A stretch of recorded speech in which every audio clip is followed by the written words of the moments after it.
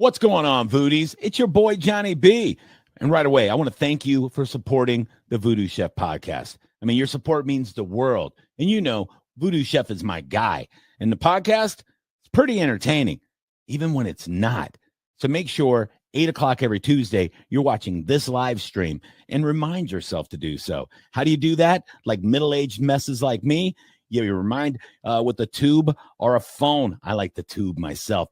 Alexa, remind me to watch the Voodoo Chef podcast live streaming every Tuesday night at 8 o'clock. There she is. She's reminding me. And now she will every Tuesday. So make sure you do that. Subscribe wherever you like to listen to podcasts and keep showing support. We appreciate it, Voodies.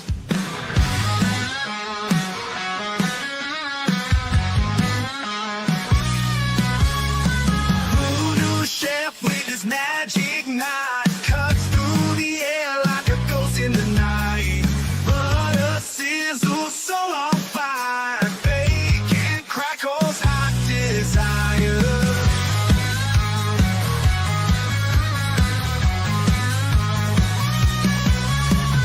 Caffeine kicks me awake, I'm alive. Caught through the madness, gotta survive. Bourbon's what keeps the demons at bay. Voodoo Chef spell we obey. Butter, bacon, caffeine, comfort, and he's got the cure for whatever's hurting. Butter, bacon, caffeine, comfort, and life's a feast in the chaos for certain.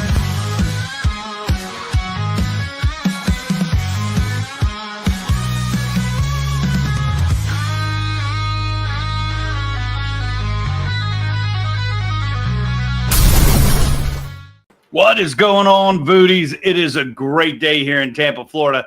We've already got people checking in, and we've got a great show tonight. Let's get rid of this nonsense real quick. There ain't going to be no reading today. I can't see shit anyway, even with the glasses. It doesn't matter. Awesome show tonight. Some real cool stuff. Of course, coming in tonight, we've got Chef Bates coming in from Orlando, talking about all things educators should be talking about, right? Food, film, and rock and roll. Fuck all the politics, education. We hate educators anyway. Yeah, we do. Tonight, it's all about food, film, and rock and roll. And some new stuff kicking it out of the gate. Look at this. Fleener checking in already. He was on a cruise ship all week with no cell service. That's why we took off, dude. We knew you couldn't watch, so we took off, and I'm glad you're in early today because today, brand new, we're going to be doing our WWE Monday Night Raw view. You see what I did there? Raw view, like review. Fuck, if you got to explain it, it's no good, right? Oh, well, fuck it. I had to explain it anyway. Behind that, we've got our new friends coming in from D&J Records, and we're going to talk about the most badass record shop I stumbled across this past week, and just two of the coolest people on the planet. Super fucking cool. Thanks, Jen. Hate you too. Mitch checking in. Mitch, we're talking WWE, buddy. Did you watch it last night? That's all we got to know. But if you didn't, it didn't matter because we're jumping in right away. The family's going to be joining us real soon. Don't worry. They're here. They're coming. But first thing we're doing, we're bringing in my good pal, Chris. Man, Chris and I go back a long way. And it's really funny. About, I don't know how long ago. It's like every Monday after a big PLE or every Tuesday after a great episode, Chris walks in and everybody else around us is like, oh, fuck, we might as well just leave because it's about time to talk some wrestling. So you know what? We're going to talk wrestling right now. Chris, what's going on, brother? Hey, what's going on? Dude, man, we've been kind of hanging and banging for about 8 years, but just recently we started talking more and more about wrestling. And I think that's because I think it's been getting better and better lately.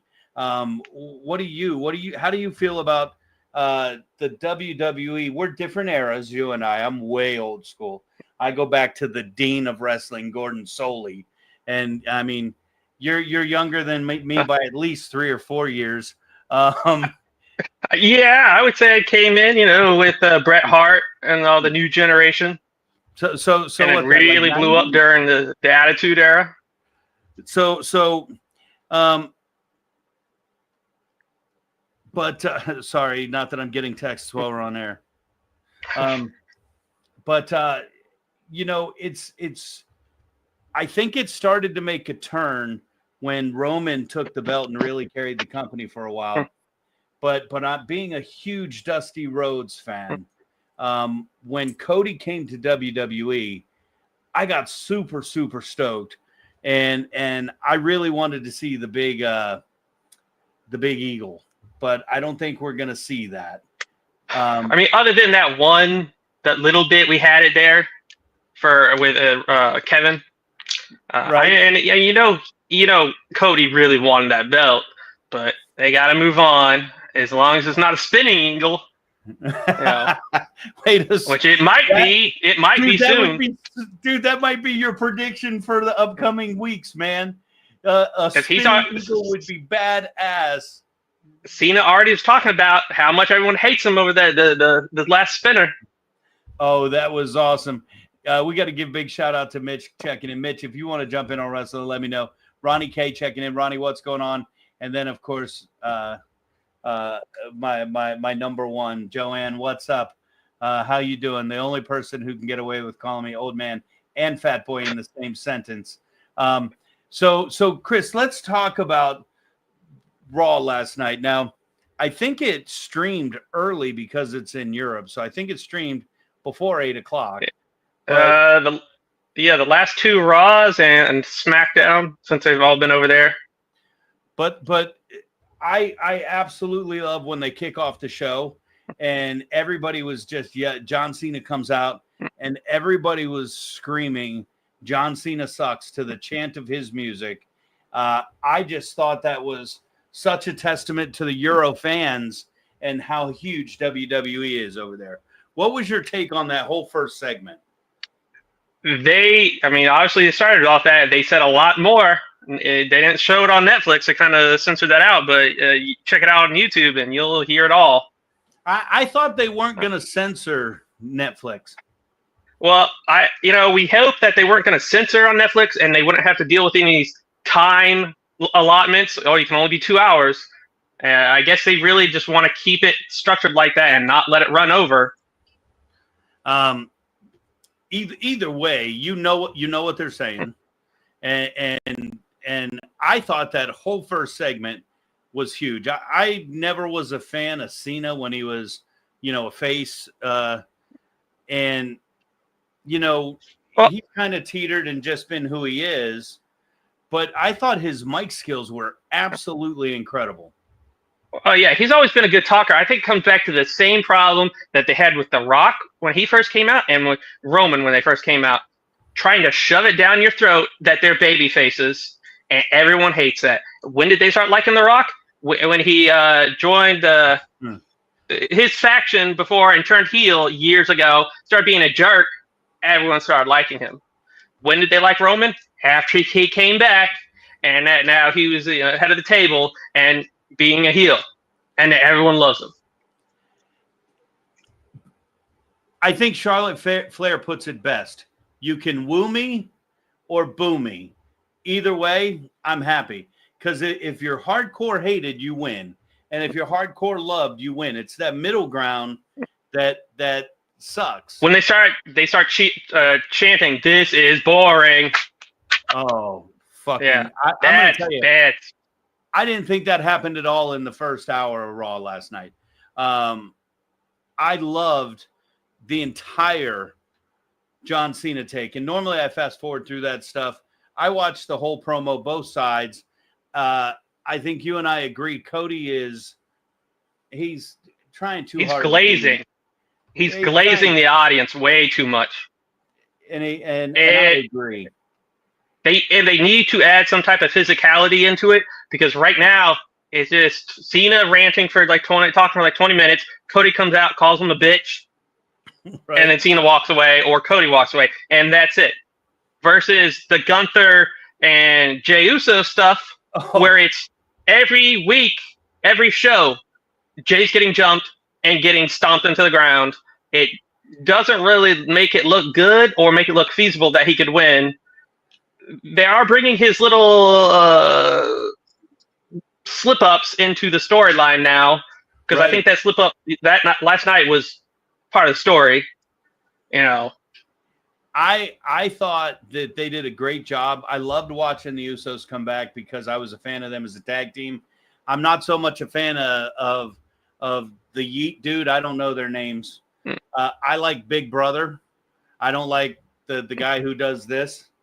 Okay. So wait, I don't like the Solo? Gunther. I like the other brother. Oh, okay. I don't like Jay. I like Jimmy. Jimmy? Yeah, because Jimmy, I'm assuming he was out. He was out for a while. So I'm assuming it was an injury back then. Yeah, well, remember, he was out for a long time, and then he came back and he fucked his toe up in the cell mat.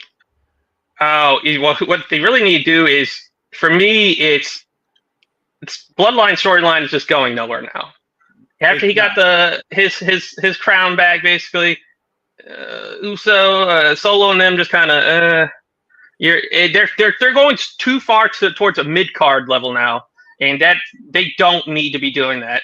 If anything, they need to get Jacob out of there, have him turn on Solo, get him out, because Jacob is a monster. I think Jacob's going to turn, and here's my first bold prediction: when they went to the stair scene on the Usos, and then Jimmy fucking slapped the shit out of Gunther.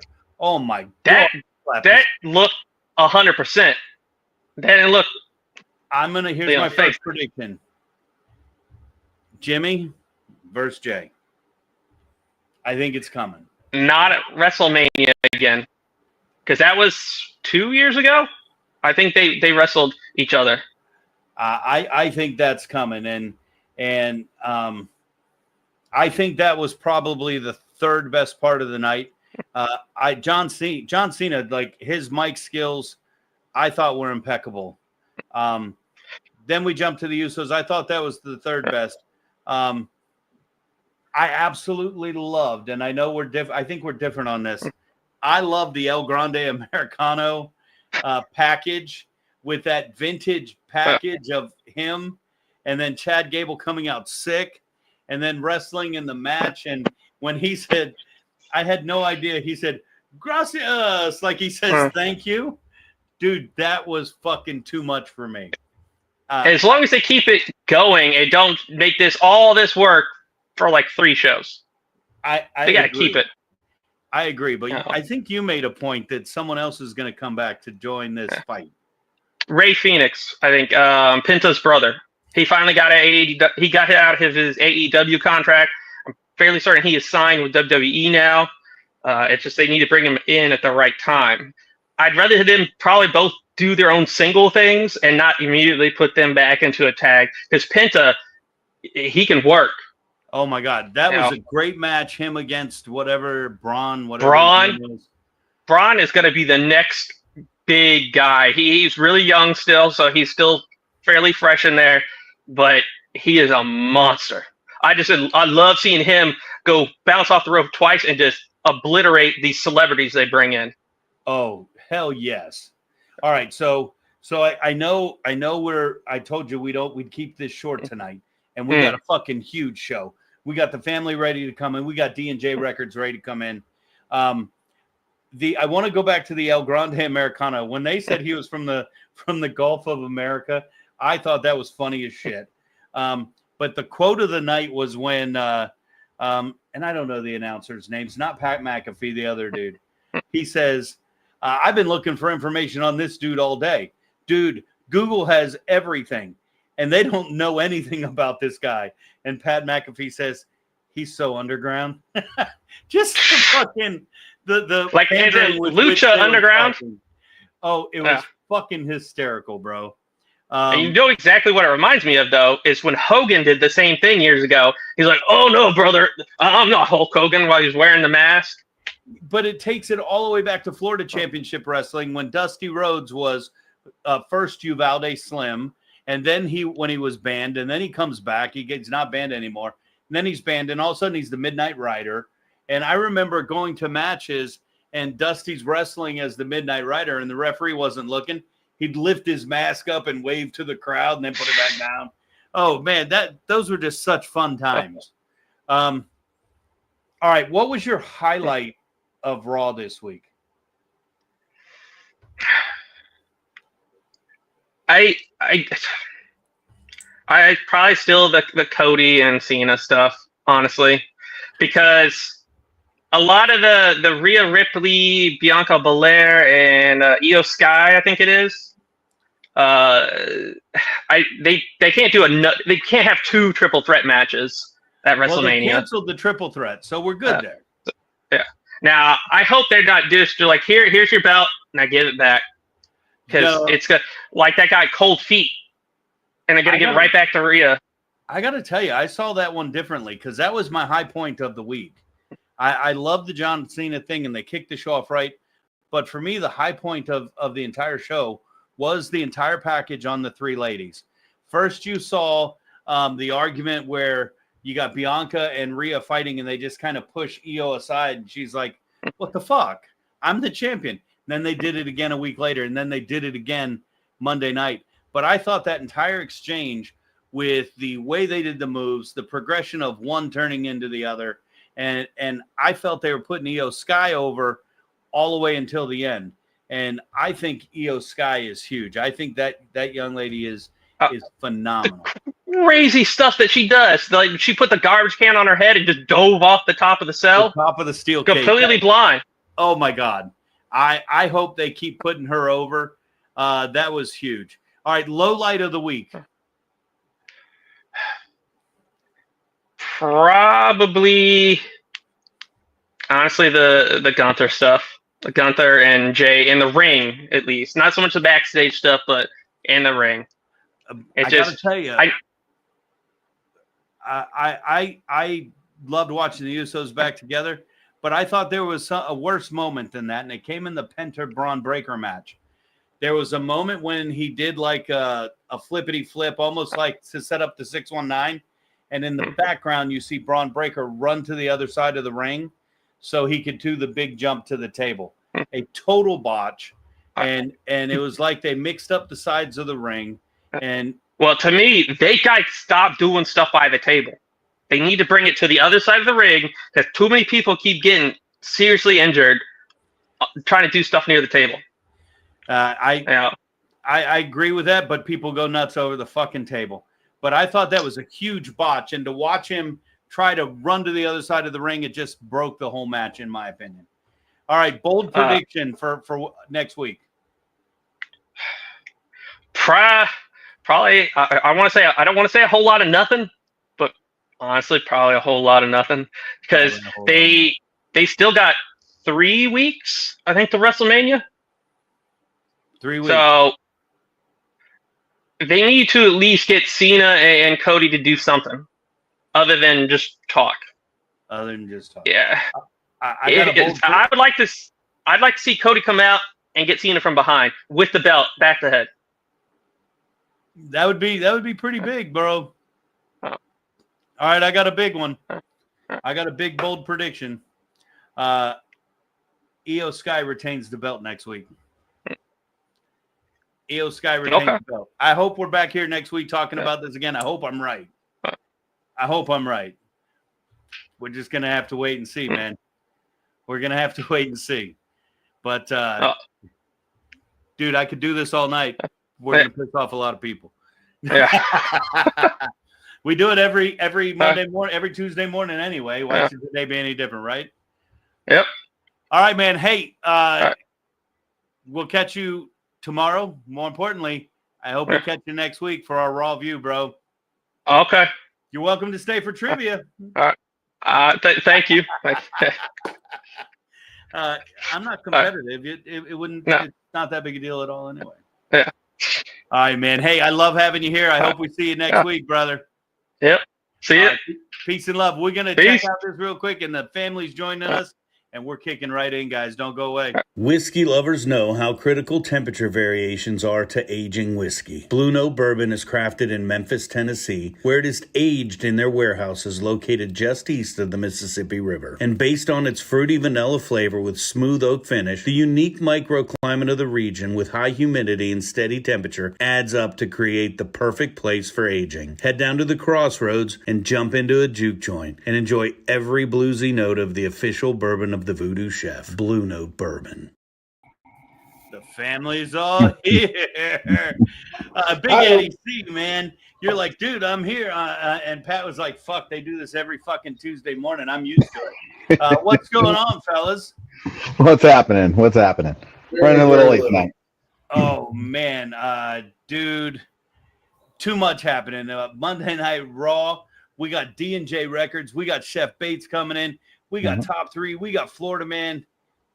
Dude, it's fucking an insane Tuesday night. I'm glad to be back. What about you guys? Yep, a whole lot of the same. Back to work. Fuck that. Back to work. Well, I mean, this isn't work. Back to this? Yes. Back to work.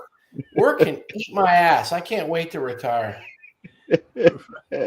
I agree. And you missed the rant at the beginning of the show. I'll show you Jen's response. What do you think I said to promote this? You must have something slagging education. I'm sorry I missed it, but I said we're back at work. I fucking hate teachers, and then teachers are a bunch of whiners. Good God. Oh fuck. That definitely deserved a James Brown. Good God, yo. Hey, I want to share some love real quick, and then we're going to go right and bring in our girls, D&J from D&J Records. One of the coolest places I ran into over the break, and I wanted them to come in and say hello and tell everybody about their record shop because it is that cool. Jojo, call me privately. This isn't the place for this. You know I love you, and you know I got you. Call me privately tomorrow, okay? Text my phone and tell me that you're going to call me tomorrow, okay? And I'm just okay, too. We all had to go back to work, Joe. That's life. It sucks sometimes. But all right, so I got to share a few things. First of all, I went to trivia with Big Eddie C. You know, I'm kind of on the wagon and not drinking. I so wanted that fucking coffee beer, Ed. I've been talking about it. I've been talking about it ever since, just from the smell. And we all know I fucking hate beer. But I just got to give Ed prop. I think you knew every question except for 3. Is that a true statement?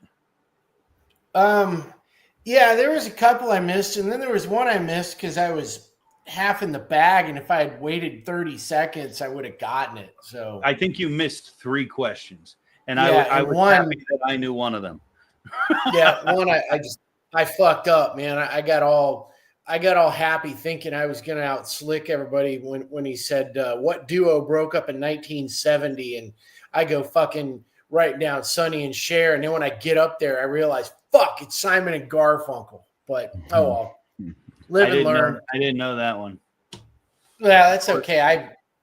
I didn't know it until the song clue, and then I would have been like, oh, okay, I got this. I know Pat doesn't know any, but I'm still salty about him not knowing who Stevie Ray Vaughan is.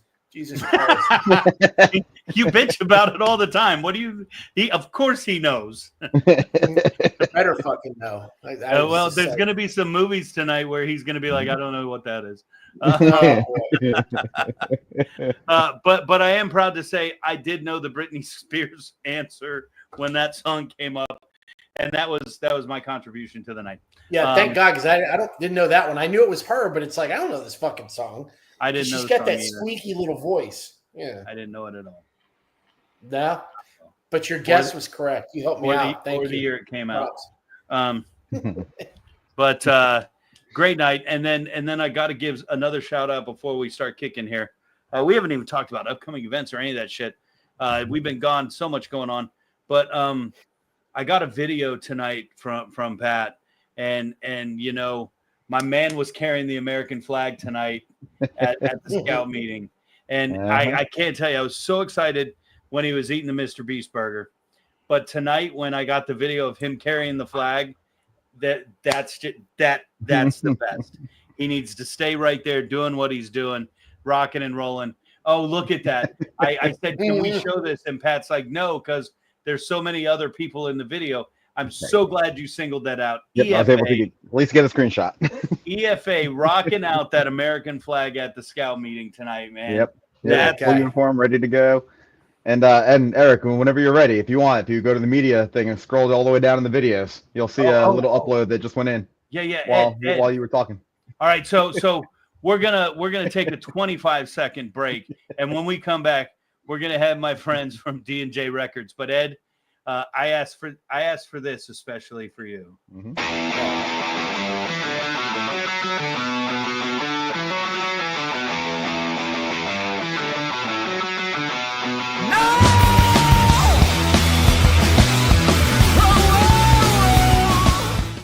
Amazing, yo. These Mr. Beast burgers are amazing. That is the absolute best. I told Pat today, I go, dude, you got to upload that. That's our favorite. One bite meat sweats. Nothing better. All right, so for the record, if you're planning on being at Pig Jig this year, you did just see one of our newest judges. I'm lying. I don't think Mom would let him out with us for that long. And right. All right, we got to jump in. I got to tell you guys, I went, I fucking did all the back shit and had all the injections and all that shit. But in that process, I found myself over in the Dunedin area, all that stuff. And we've been teasing the new podcast for Tracks That Didn't Suck.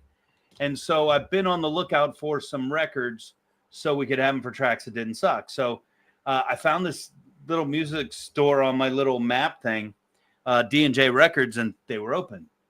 So I'm like, fuck it. I'm going to go 5 minutes out of my way and go check to see if they have this album I want. Lo and behold, not only did they have the album I want, but they had two of the coolest people I've ever met. And these are my girls, D and J, coming in to join us on the podcast right now. Ladies, what's going on? Good. You name it. You name it. Everything's going on. Everything. Absolutely everything. So man, we got so many people checking in tonight. They must have known you were coming. You guys already met JoJo. We got Rhino checking in.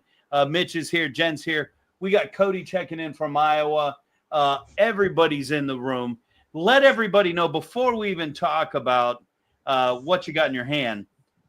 Where's the store at? Because I don't even know. I just put it in my phone. We're right by the Dunedin Middle School. We're 120 Patricia Avenue. 120 Patricia Avenue, right by Dunedin Middle School. Yeah. It's not very far from that main drag where all the restaurants are, because I came home that way. But, by happenstance, I just kind of walked in, and I walk in, and D, you're on the couch with your dog who you're training. Super cool. Yeah. And I'm just trying to navigate how I'm going to step over the dog fence. And you're like, just take it down. And I'm like, no, I can do it. I can really do it. And I did. But then I'm just, we're walking around, looking around. And you're helping me find records. We found an original Grease soundtrack. I was super excited. Got to give that to my wife. It made her happy. Whatever makes a wife happy. All right, maybe it was for me too. But then Jay, you show up, and oh my God, hey, I got to tell you guys, I want to introduce you to myself and Umberto, because this is the female version of me and Umberto. You guys obviously are just partners in crime. But no. Speak. No. We've known each other a long time. Hell bells. No. Like he always says. What do you always say? God Bless America. No, we know each other 1 minute too long. Oh, yeah, yeah. Oh, I forgot that one. I knew So we it woke 1 up the minute dog. too We long. woke up the dog. And now we woke up the little brat child over there. I've known her 1 minute too long. I'm so stealing that. Anytime we're at an event and someone's pissing me off, I'm gonna look at you guys and go, "Hey, I've known this person 1 minute too long. Let's get the fuck out of here." And then say, amen, amen, amen. That's awesome. All right, so if you can't tell by the tapestry behind them, the whole record store has this like way retro vibe. There's 2 Volkswagen buses out front, which is enough to drive me in right away. But then I meet these 2 lovely ladies, and they're just like the most amazing, nicest people there are, helping me find what I needed to find. We had to dig for grease, and I appreciate you helping me find that, because no way I would have been able to bend down in that bottom crate. I gotcha. So we wanted to bring you in, share. We've shared your address. We've shared your website. But now I got to ask you, what have you guys been listening to that's cool that we can check out? Well, this just came out, and last Friday. It's ZZ Ward. She's blues. She's awesome. I think she's young. But this is on Sun Records. It's a purple vinyl swirl. It is so cool. We love the blues here. And she had something for Black Friday. And Record Store Day is coming up in April 12th, actually. But this was Black Friday, which is the same as Record Store Day, but it's Black Friday after Thanksgiving. And look at this. It's a guitar pick, purple guitar pick. But it's a record. That is cool. Nice. Nice. And is that the same album that just came out, or is that a different album? No, this is just like 2 songs, it was just but this is the full album. There's lots of songs on it. This full. What's her last name? ZZ what? ZZ Ward. Ward. W-A-R-D. Ward. Oh, And man, ZZ, first name. Do you like the blues? I absolutely do. One of my life goals is to travel to Mississippi and travel to juke joints and listen to the blues. Well, then you'll like her. If you like the blues, you'll like her. That's why I And was also- asking her name. I'm gonna download it tonight and listen to it on the way to work. You'll like it. Definitely. And then I brought in some Janis Joplin blues because I love Janis. But this is a really good record. Sounds really good. One of her live records. We And got she Jill Jabbar was- checking in saying the blues is awesome, and we got Seth Edgman checking in, checking out what's going on, fellas. Ladies, I want to ask about Janis. What do you think? I mean, Janis died in 1970. What do you think it is about Janis that has had her stand the test of time like that? I think, it's her voice, it's her mannerism. I just sold a CD to a young person. She was like under 20, I think. The young people that, they buy the Bob Dylan, the Janis. Yeah, But they also read, Plath and these other people. Are they doing it because it's cool? Or are these people really speaking to them and having that test of time? And Ed, I'd love your take on that too. Well, I think it could be both. What do you think? Yeah, no, definitely. Definitely. It could be both. I mean, listen, we got a young lady that comes and tells us certain things. And when our customers come in and say, hey, I would like to see if you have this, we'll check it out, see if we have it. If we do, it's here in a week. So, but yeah, you can't listen. It's not that hard, but it is hard working at a record store because everybody wants a job here. Everybody. I don't. I just want to come hang out. Yeah. Yeah, we love that. That's all fine and dandy. Chef, you're welcome. Been there and done that 40 years ago. Oh, that's so kind of you. And Ed used to work in a record store. Ed used to work at Record Bar back in the day. Wow. Ed, what's your take on the kids hitting the retro? Because we see the kids wearing the 80s band shirts and all that, and we're like, name a song, and they can't.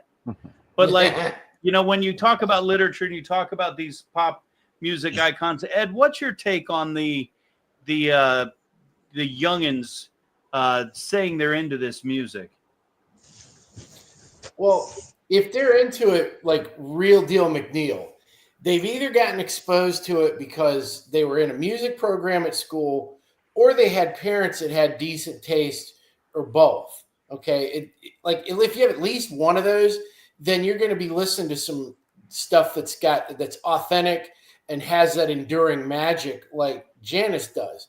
If you don't, well, you're pretty much screwed, blued, and tattooed, and you're going to be listening to the shit that really isn't. It's not good. I mean, stuff like Joplin, that was art, dude. Most of what comes out today, it's commerce. It's just fucking disposable shit. I can't even say it's the Chinese food of music, because at least Chinese food is decent. Good music. Good music endures, man. I mean, that shit's got legs, like bionic legs. But can I say something too? Yeah. I mean, yes, the rock bands of the past are awesome, but there is some good new music that is, the female pop artists are really hopping right now, and like Chapel Roan, Tate McRae. Well, if you can see it, can you see it? Yeah, we had a little bit of glare, but we sold out of this record. Yeah. I mean, we sold out. We had to call the distributor to get more in. And this one just came out. Selena Gomez. Taylor Swift. We sell Taylor Swift all the time. No. You're not allowed to say Taylor Swift on the podcast. So we're for both. We like the rock bands, the oldies, but we want to say we support the new stuff too. Oh, and reggae. Don't forget the reggae. Oh, we love reggae. Hey, I gotta ask you, how do you guys feel about the band Split Image? Okay, Split Image. I'll just put thumbs up. Never heard of it, but I'll put thumbs up. Wow, it was fantastic. I've never listened to something that great in my life.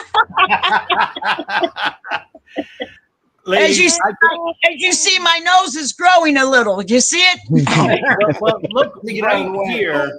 Look right there. There it is, right there. That's Split Image. And I will personally bring you guys a copy of it so you can laugh at the best 80s hair band of 1992. Nice. We'll get it in. I will bring it to you. We'll get it in. Bring it in. But hey, I got to tell you guys, if you get a chance, and you're even if you're not on that side of the bay, drive over. Dunedin is a beautiful place. Go to the record store. I think you're open. Are you open 7 days a week?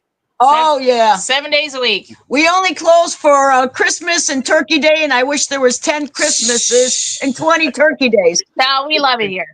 Apparently, you're open 1 minute too long. Yeah. We love it here. Hey, ladies, much love. Do we get to have you back on? Anytime. I will send you the invite. I appreciate you guys coming in. Guys, check out D&J Records in Dunedin. All of the links are up in the chat. Download it, find them, go show them love. Stay away from all. Wait, we got a question coming in. Do you have any punk rock vinyl? Do we have any what? Punk rock. Oh yeah. Yeah, we have a big we have punk records. Yeah. Big time. Well, my man Tim Keelick is definitely going to be over. He's a Dunedin boy. I know he'll be over to check out the store. Tim, the address is 120 Patricia Avenue, probably not far from your old stomping grounds. And Tim says he is there. So keep a lookout. Ladies, until we get to have you back, nothing but peace and love to you guys. Same to you, sweetie. Peace, guys. Have a wonderful. Wait, Jody, I saw that. What, it was one finger bent on purpose? No. Look, I got Prosper. You see these? They don't close. You see that? Prosperous. You see that? Prosperous. I'll let it slide this time. All right, ladies. Until next time. I love you. There you go. Secret in the kitchen, spices dancing, sharp food, start the potion, feel the heat in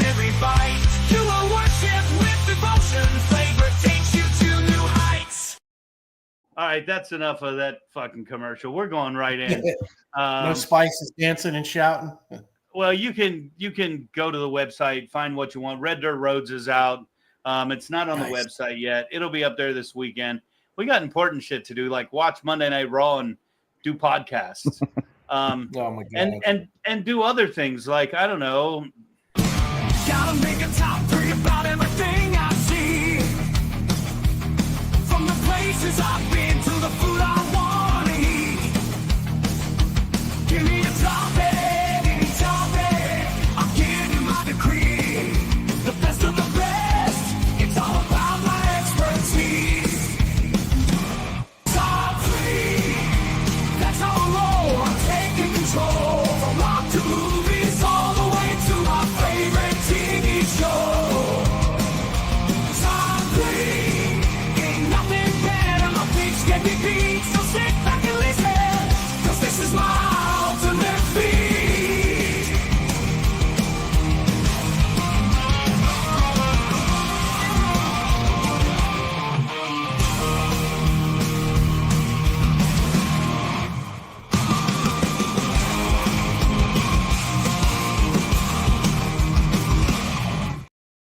All right, it's time for tonight's top 3. And I have been anxiously, and of course, what better night than, what do we have, food, film, and rock and roll?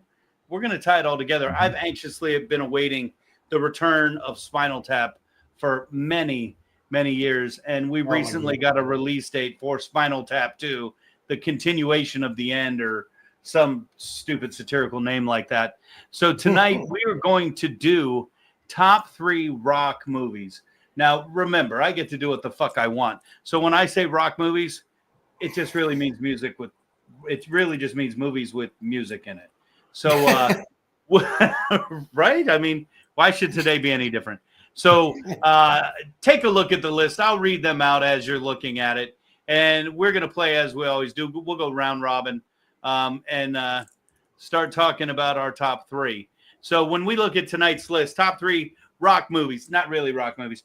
We got Rocket Man. We've got High School Musical. Don't start throwing the hate in the shade. The Blues Brothers. This is Spinal Tap. Purple Rain. School of Rock. A Star is Born. Pitch Perfect. Elvis. The Wiz. Heavy Metal. God damn it. Why'd you misspell that? Because I see that and I'm thinking, is this Which a movie one? about fucking Whiz? Which one? Oh, Wiz. wait, I can fix that. Look. Heavy Metal, Bohemian Rhapsody, Grease, Rock and Roll High School, Sgt. Pepper's Lonely Hearts Club Band, and The Wedding Singer. These are our lists tonight. Dahlia, call me tomorrow because it is that time. We are now ready to move forward with what we've been discussing. All right, here's how we play top 3. We will eliminate movies until we are left with only 3. And you can play along in the chat room, but until we call upon somebody, I gotta know who this is. Who's this? Michael's Bat Stuff. I don't know. I don't I know. like the second one, the one with Chris Holmes in the fucking pool drinking vodka. That was great. Right? Yeah. Right? And we forgot, I didn't even put the brand new documentary that's out there where they feature Wasp and a ton of that one too. I got to know who Michael's Bat Stuff is. Well, how about this? If it's Butta Cavoli, send me a private text because I'm sorry I missed your opening, but we are coming down to eat. And we got to get you on the podcast to talk about it. If it's not Butta Cavoli, hey, thanks for coming in. All right. Pat, let's start with you. And the first question I want to ask you, and I'm just asking to go along with Big Eddie C's rant on Stevie Ray Vaughan. Is there any movie on here that you've never heard of? There's a few that I haven't heard of as movies, but I know them. I can figure out Purple Rain, Prince, The Wiz. I'm assuming Wizard of Oz type of some sort. Heavy metal. I mean, I didn't know that was a movie. Obviously, I know it's a genre type of music. You talk about Spinal Tap all the time. I mean, They go to so it's a lot of words make sense. I mean, I can kind of put two Okay. and two together what they are. I just never seen most of these. So like if you say let's get rid of Spinal Tap, it's probably going to be more so because you've never seen Spinal Tap. True. So I mean, if I'm going first, I'm going to get rid of heavy metal just because I again didn't know it was a movie and I don't know anything about it. Big Eddie C, I know what is your some thoughts surprise. on heavy metal? What's that? What's your thoughts on heavy metal? Oh, I loved it. Soundtrack was great. I mean, the animation is a little bit rudimentary by today's standards, but I can't think of a movie I watched more in the 80s. I mean, that thing would come on late at night and we just watch it just because it was so out there and like the concepts were wild. I mean, but there was all kinds of fucking awesome shit on that thing. I mean, you had everything. You went from Black Sabbath and Blue Oyster Cult to Journey and Cheap Trick and Devo. That was a great fucking movie. Definitely not one you could watch, Pat, with EFA around, but it's a great fucking film, man. And it was unavailable for the longest time on soundtrack because there was too many bands from too many labels. So there was all kinds of business bullshit that went wrong. But it was a great, I always loved that movie, man. Just loved it. I bet you're not going to be able to guess what I'm going to say next. No, if I could read minds, I sure as shit wouldn't be doing this fucking teaching gig. Or this stupid fucking podcast. Never seen it before. Got to play by the rules. Pat, it's gone. I've never seen heavy metal, but I will tell you, does it not have two songs named heavy metal on the soundtrack? Sammy Hagar and Dan that got kicked out of the Eagles, somebody? Dan Felder. Yeah, it does have both of them. And Dan Felder, fucking one of the best concerts I've been to. Just an amazing musician. Amazing. All right, we got a lot of people checking in asking why The Wall's not on here, why Across the Universe isn't on here, why Almost Famous isn't on here, and it's simple. We're not gay. That's why it's not on here. Do with that what you want. Just kidding. There's only so much room on this list, and we're not gay. All right, so and Tim Keelick.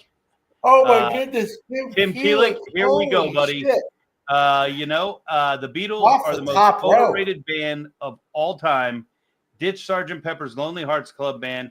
Tim Keelick, I wasted 2 hours of my fucking life because I, like Peter Frampton, was hoping for something more.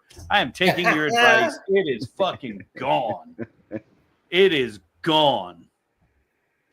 All right, Big Eddie C. Patrick got rid of heavy metal. Mm-hmm. Tim Keelick got rid of Sgt. Pepper's. What is next to go, my friend? Okay, so I mean, none of these to me are bad, but as far as something I figure you got to sack, it's a stupid reason, but I don't give a fuck what anybody thinks.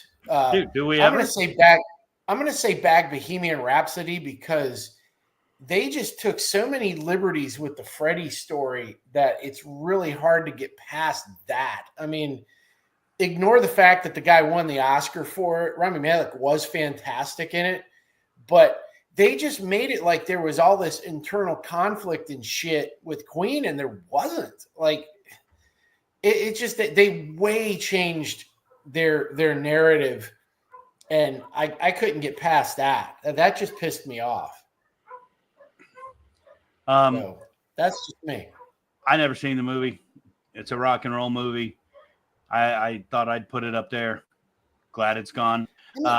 Hey, Mike. Just because I love Queen, but like beyond that, man, I mean, fuck. It just wasn't. Once you know all the things they changed, it's really harder to enjoy it. So the one you don't have up there that I don't give a fuck if anybody likes. Well, there's two of them that I love: Rockstar and shit. What's that one that we liked with? Which one? It was that good, huh? The second one.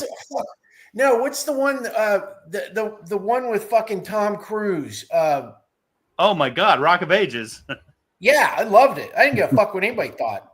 I may or may not have gone to see the stage play of that one.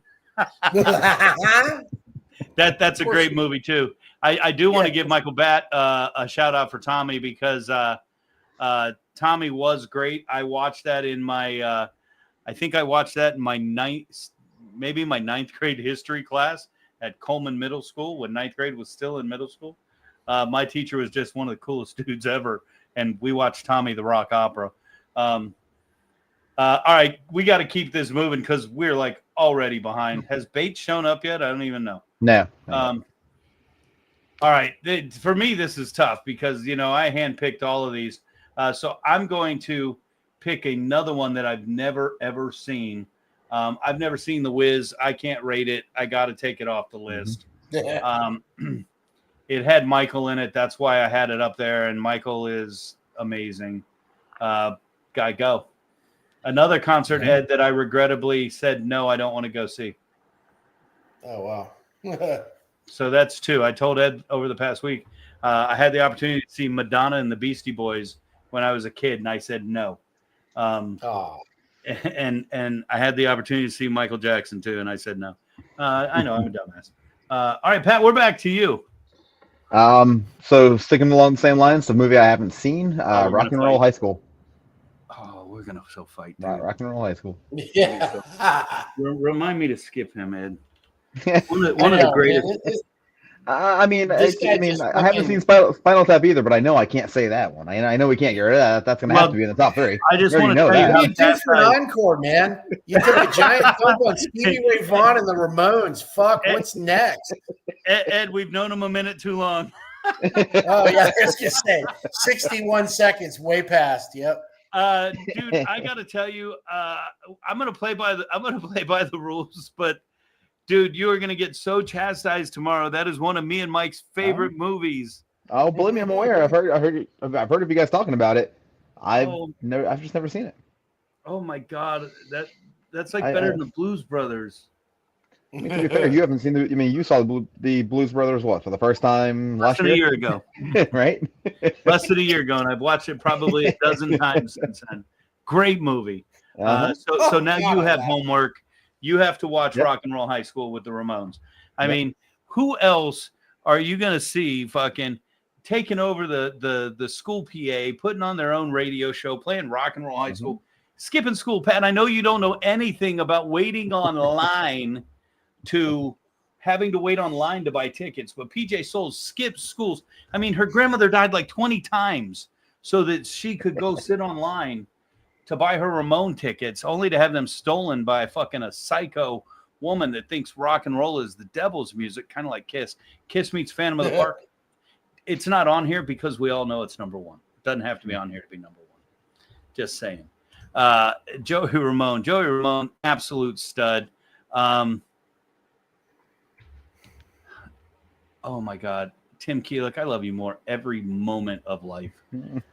Every moment of life. And Ed, just pick some shitty movie to go away. Let's see. If I got to pick something to go, shit, this is a tough one. High School Musical. Pat, I would have wished you picked that one instead, even though that's one of the best movies of all time. Oh Lord, low rent, discount ass. Fucking. Michael Batt, I skipped that show, and I'm so pissed that I did not see that show. Tim Keelik, I've never seen Airheads. I'm going to have to watch it. As much as I love Elvis got to go because we got people waiting, hanging, and banging. Yeah. Pat, we're back to you. Let's start wrapping this up. Since you're moving it, Star is Born, we can get rid of that one. Oh, my God. I did see that one. I saw both of them, and oh my God, it's one of my favorites. I'm like line by shit. line. There's three of them. Are there three? Oh, there is. There's the old original from like the 50s. I'm gonna have to go watch that one. You saw how I deleted that one slowly and sadly. Yep. Oh my God, that's such a great. It's Lady Gaga, man. It is. I know. Oh my God, that's. Joey Ramone, Lady Gaga in one podcast, dude. Yep. I mean, Yep. do we have to go Gotta back do to this and we'll just live here for the rest of the night? All right. Ed, here we go. She is no Barbara, but the music, and I so much love the music in Gaga's than in Streisand's. I'm just gonna say that. I got to tell you though, man, I don't know who would win a fucking schnoz contest out of those two, because both of them, I'll tell you what, they could smoke a cigar in the shower and not get that damn thing wet. Shit, fucking beaks on those two. Woof. Okay, if I got to get rid of something now and it's my turn, Yeah, Rocket Man. Dude, that was a great movie. That was a great movie. Tim Keelik, I what's loved going it. off of this We're list, in tough buddy? territory here. Tim Keelik, tell me what's going off the list. Tim Keelik. Joanne, which is your favorite one of these? Because Joanne, as much as I love you, if you liked it, it's not staying up here. So don't answer. I love you though. All right. So we're down to me, and we're down to a small grouping of movies here. As much as I love Pitch Perfect, and it is a current day trend, I don't think it stands the test that these other ones do.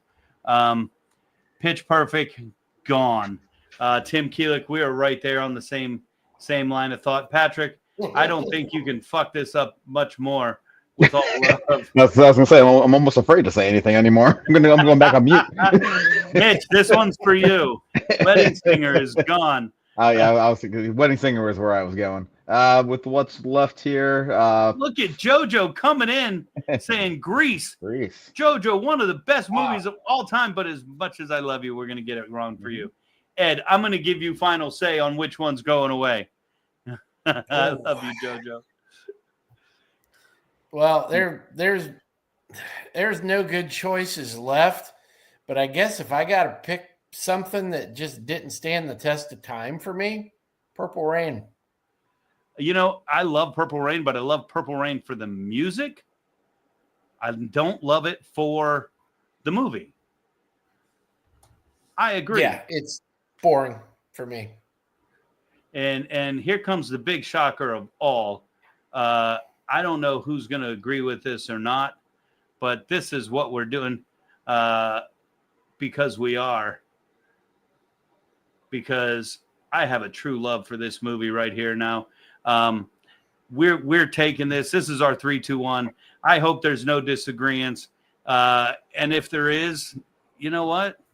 It might just be a little too late. Secret in the kitchen, spices dancing sharp. Food chefs got the potion, feel the heat in every bite. You will worship with devotion, flavor takes you to new heights.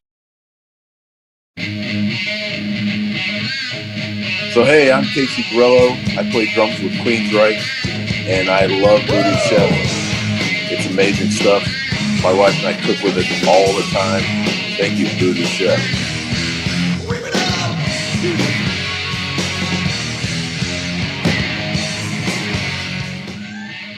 Hey, this is Andrew from the Boozy Pig, and when we play with our meat, it's always with the Voodoo Chef. Bye.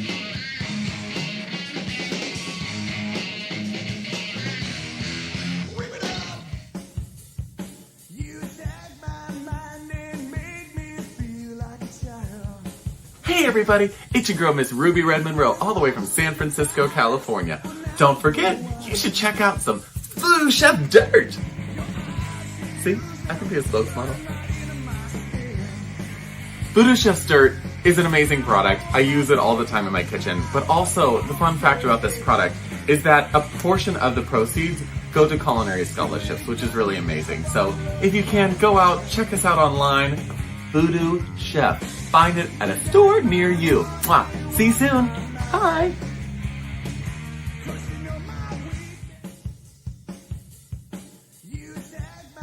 Hey guys, I just wanted to tap in real quick and talk to you about the Voodoo Foundation and what it's done for me. My junior year, I started with the foundation in my first competition where I created a quesadilla taco with my partner. It was absolutely amazing. Through that competition, I got to meet a lot of new judges, new people, and open my eyes about what I wanted to do in this industry. My second competition was in my senior year, where I once again created another dish, talked to some more people, and learned some new things. Right now I'm working with the foundation and furthering my skills, and it's really helping me improve. So I'll check in with you guys later. If you want to learn more or help donate so you can get other people to start doing what I'm doing, go ahead and click this QR code right here, and it'll give you all the information you need. A secret in the kitchen, spices dancing sharp. Voodoo chefs got the potion, feel the heat in every bite. Do a worship with devotion, flavor takes you to new heights. What a fucking top three, man. I thought we were going to get heat, but it panned out pretty nice, even though Gaga should have made the list. I'm just saying. Hey, let's take care. We got Bates, Chef Bates coming in 2 seconds. Oh, shit, that's fucking hot. I'm not going to hold up the lit one. We're going to hold up the 5 food groups, guys. Make sure you check out Galley Scents. Order your candles today. Of course, this is Spider, our boy. He has made a candle that represents the 5 food groups of the Voodoo Chef: butter, bacon, caffeine, carbs, and bourbon. And I'm going to tell you, you can smell them all in the candle. I've got mine going right now. It's fucking hot. I also have my smells like chills and thrills. I don't even know what the fuck this smells like.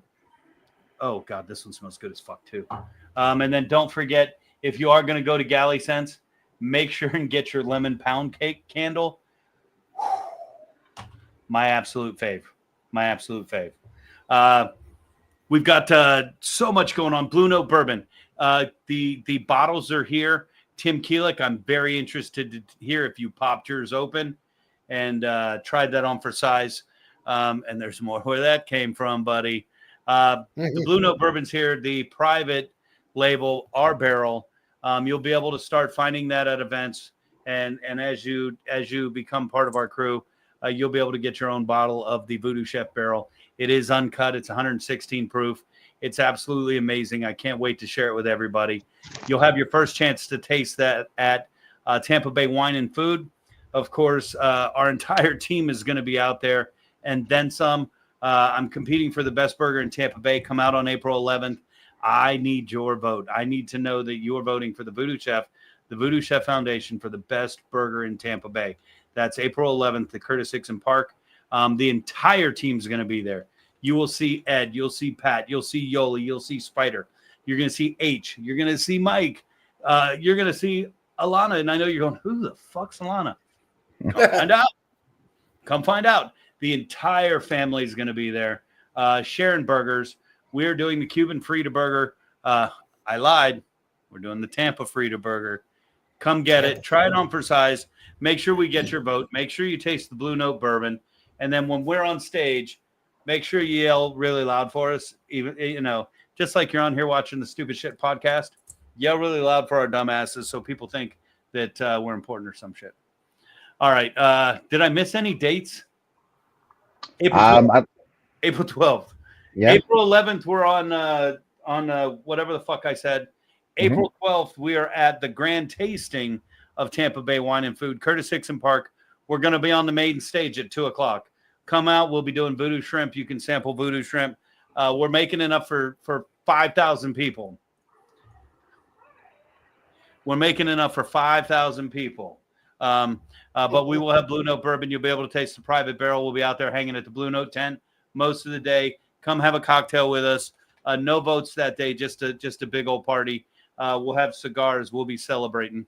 I'm assuming there it is, the throwdown. Ed did find a typo on this. I didn't have the heart to send it to him, Ed. I didn't have the heart. There are still talks in the works for a very special event on April 18th. A very special event on April 18th. There are lots of talks in the work. I'm not going to lie to you. It depends on how well my back heals between now and that time. But everything says keep your eye out for a special event on April 18th. And I think the entire family is going to be there. Fleener, absolutely. Andy Griffith is going to be there. You and your dad he'll be in a very serious mode. He probably won't mess with you or talk with you because we got to serve like 1,500 burgers in 3 hours. He is going to be like laser focused. So absolutely.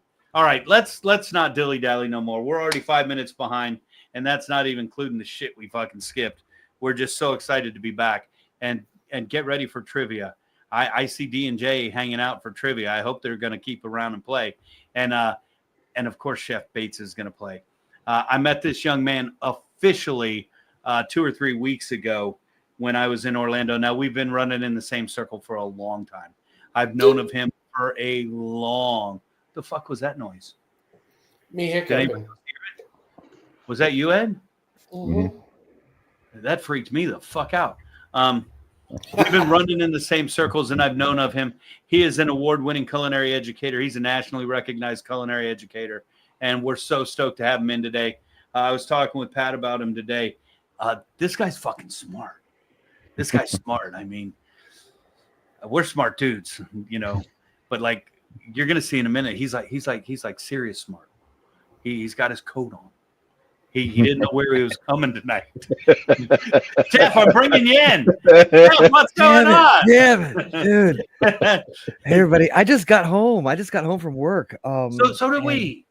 And I left the kitchen, came home, fed my Doberman, said hi to the honey, and then walked into the office. That's it. There's been. You heard all of those smart things there, right? Working late. Oh, you guys are. My Doberman don't fuck with me. Yeah, more or less. My significant other. You guys are all in your fucking garages, lonely motherfuckers. Don't and then look at all my books in my office. Hey, these are all cookbooks, dude. They're cookbooks. I play with food. That's all I do. I play with food. I have one book in here, and I'm going to show you what it is. What you got? One book. What you got? And he pulls out the Bible. I'm done. Well, okay, wait a second. I have two books in here. I have my Striper New Testament. Very good. Very Rock good. and roll. That's a good Bible. And inside my brand new copy of Kiss Alive 2 that I got at D&J Records, I have the Evolution of Kiss book that came with it. So wow, yeah, you're a smart dude, brother. And I knew that the moment I met you. Oh shit, fuck! I just dropped my brand new Kiss record. My original. It's an original from fucking the 70s. Wow, Jeff, I knew you were smart the moment we sat down before the awards bank and we just started chatting and there was no fluff, there was no dilly dally. We just started talking education, and I really admire that about you. You left industry and you entered the culinary classroom, and you're fucking just kicking ass and taking names, man. My hat's off to you. Hey, since you saw all those awards we got, right? So No. you did. We're going to nationals, right? Me and my kids. We're going to nationals for Pro Start. We're going to nationals for NASA.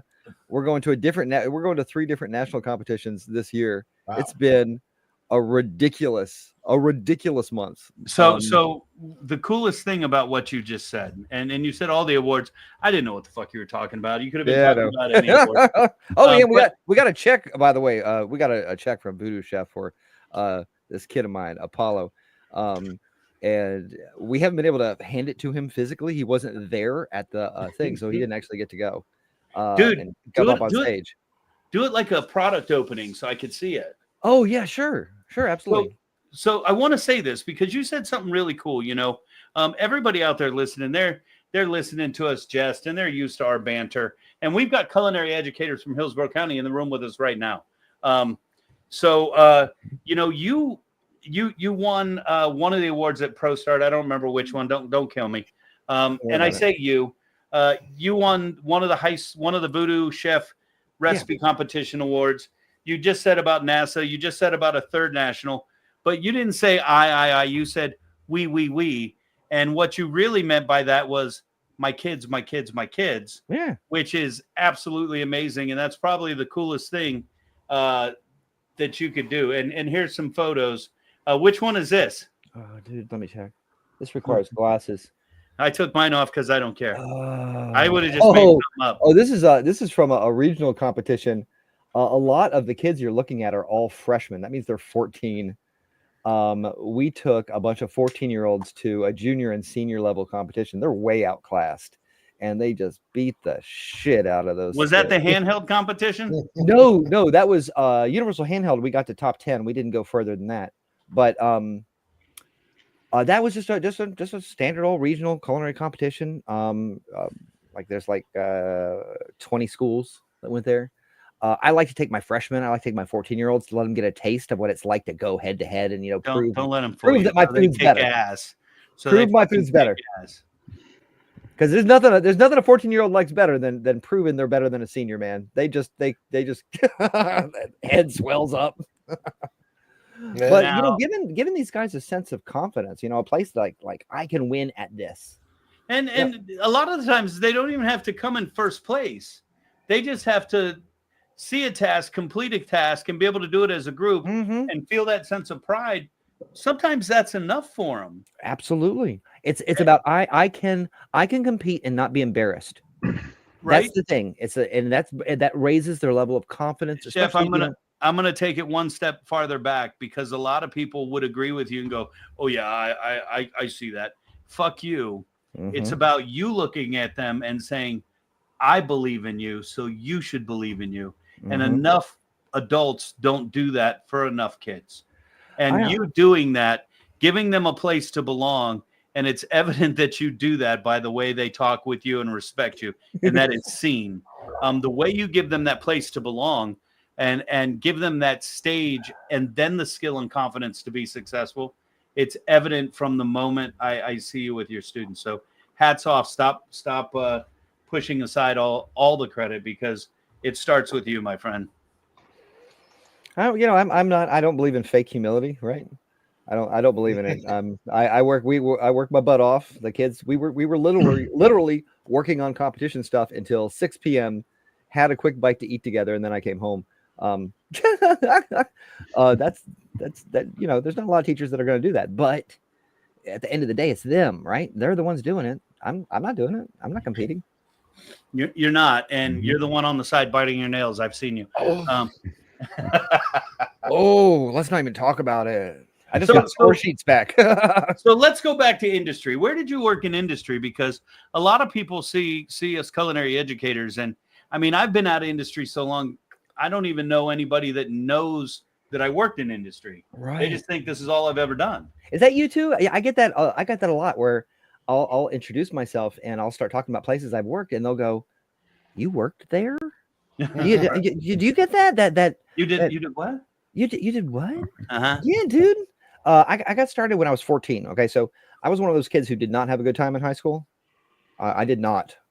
I didn't like it. I didn't like the kids. I didn't feel like I fit in. I was a big old nerd. Pimples. And my parents said, maybe what you need is something to, keep your life full. So way back then, I'm 52. Thanks for the young man thing, by the way. When I was 14, you could work.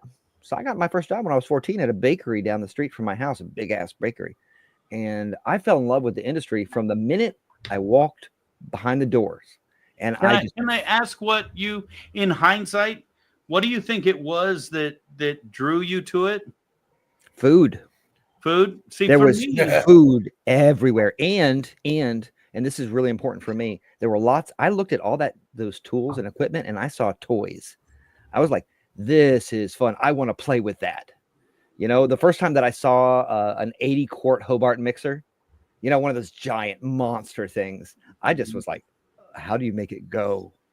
And that was my first thing. It was a solo job. I worked alone. All the bakery crew was gone by the time I got there after school, and I worked in that giant bakery, cleaning it up and getting it ready for the I didn't know he was a master pastry chef at the time, but he was getting it ready for him and his crew for the next morning. It was an amazing start. They just beat the crap out of me, man. Back then, he never called me my first boss never called me by my name ever. What do you call you? Bakery boy. Bakery boy. Gotta love it. Never. I don't think he knew my name, but he would chew my ass if he came in and the pans were dirty. If I had left stuff out, he would it had to be perfect and spotless and exactly the way he wanted. And it was the very first time, that idea of mise en place, that we try to teach our kids. He didn't use that word. But man, was that place organized. Every single thing had to be in its place. If if a single measuring cup was in the wrong spot, he would be waiting for me when I came in the next day. So that was, I mean, that's a testament to the organization skills that you still possess today. Right. And I could see that in what you do. And you know, we don't interact a lot, but in the small time that we have, it's clearly evident of the type of person and chef you are. Well, that's because I worked in a kitchen my whole life. You can't do that and not start working that way, thinking that way. Now that doesn't mean that like my office is perfectly organized, man. This office is not mise en place. No, that's lived in. I spent like 30 minutes yesterday trying to find one cookbook, and I gave up and bought a new one. What cookbook was it? It's a book on making sausage. I really want to. I have a talented group of seniors, and we have a sausage aging cabinet at the school that was donated to us by the Florida Beef Council. And I really, really, really want to make some pepperoni, but I don't remember all the steps of the process. I know it's kind of finicky, so I was trying to find the book.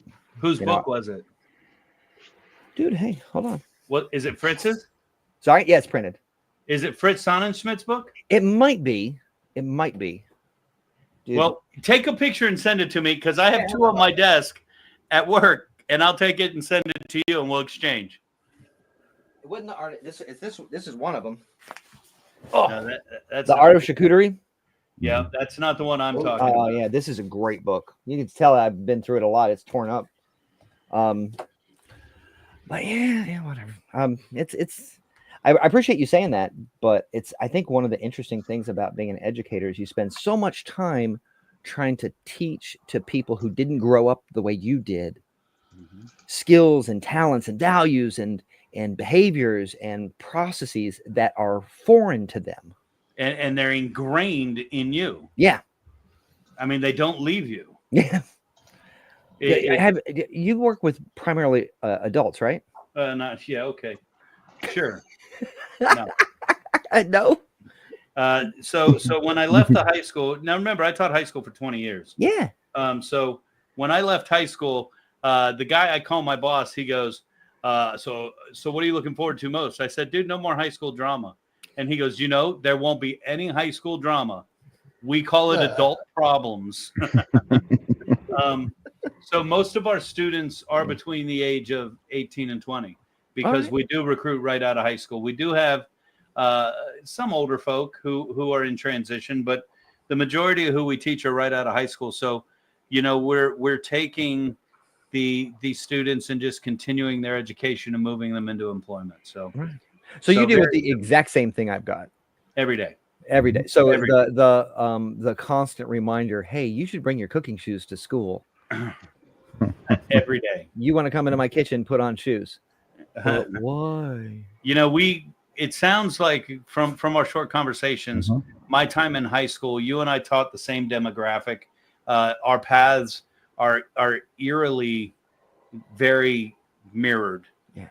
From our start to our teaching to the type of student, the demographic of kids we teach. So I was drawn to you, and again, love hearing you speak about the way you impact kids.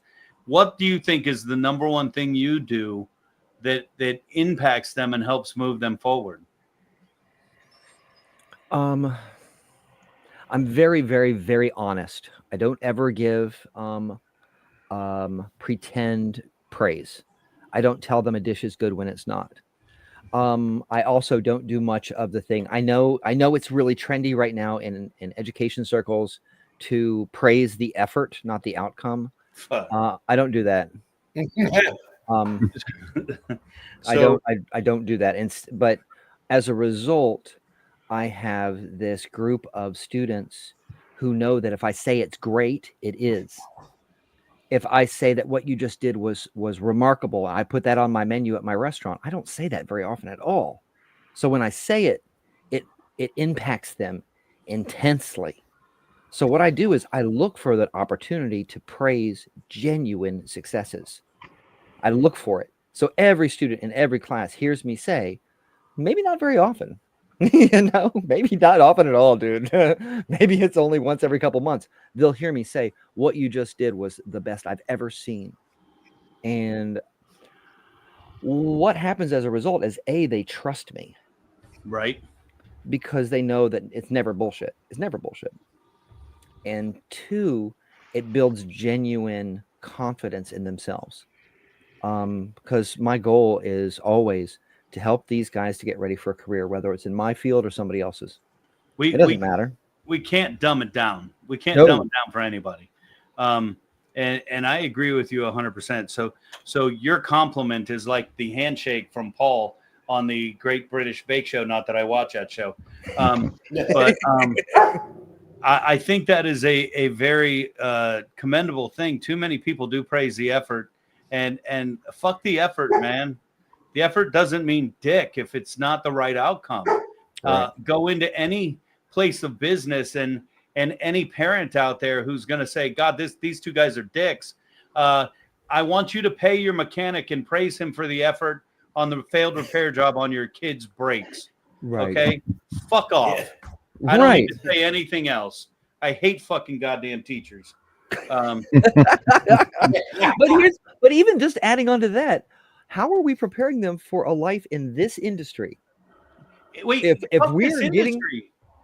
in A life in general, outside of the school district world.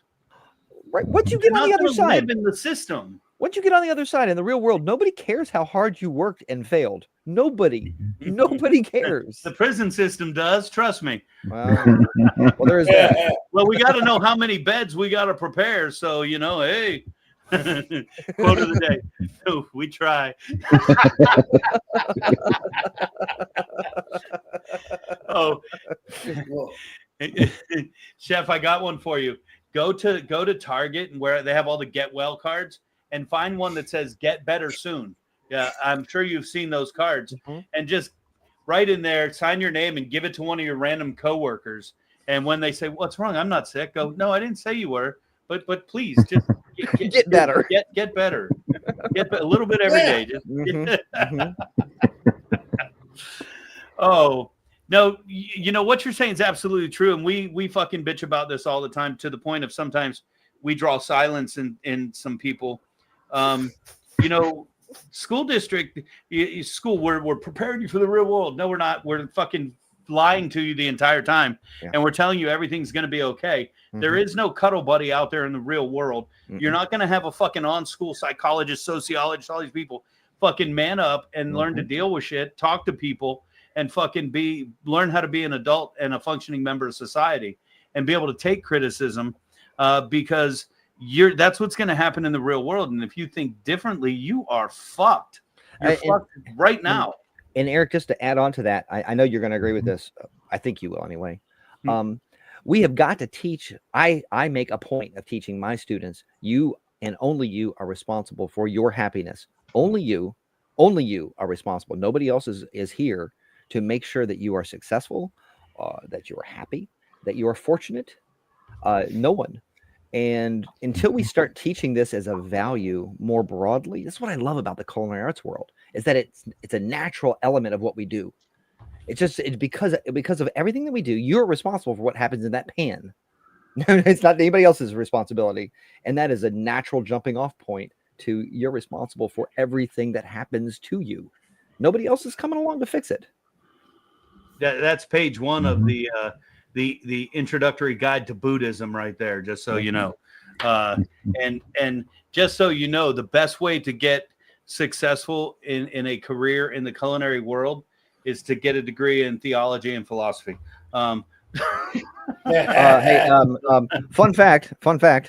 I have a degree in theology. And I have 3 bachelor's degrees, and one of them is in philosophy. And I can literally reach from where I'm sitting right now and grab 2 of my favorite Buddhist books, both by Thich Nhat Hanh. I so fucking call it? I feel you, man. I feel you. Hold on. I'll prove it. Here's the receipt. Notice I'm not moving.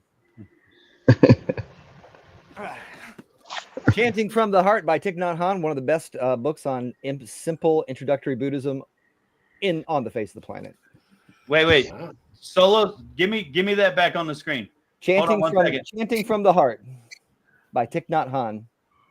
Yep. I had to make it big so I could see it. Yeah, when I was in my early 20s, I thought, dude, not early 20s, late teens, I wanted to be a Southern Baptist preacher. My mentor has a degree in theology and philosophy, Mm-hmm. and he's a chef. And he was always quoting all of these, philosophizers, as Bill and Ted would say, and just throwing it all around. And I love him for it because it's a way of life, and it changes who you are, just all of it together. And you got to be able to know how to apply, when to apply, like anything else. But I think that's badass. Here's my Buddhism. I got my all-seeing eyes of Buddha all around my wrist there.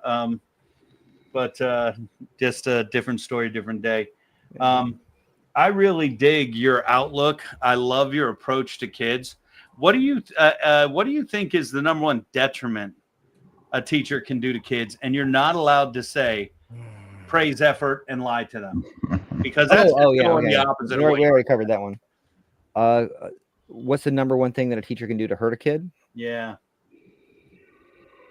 Well, I have a list, right?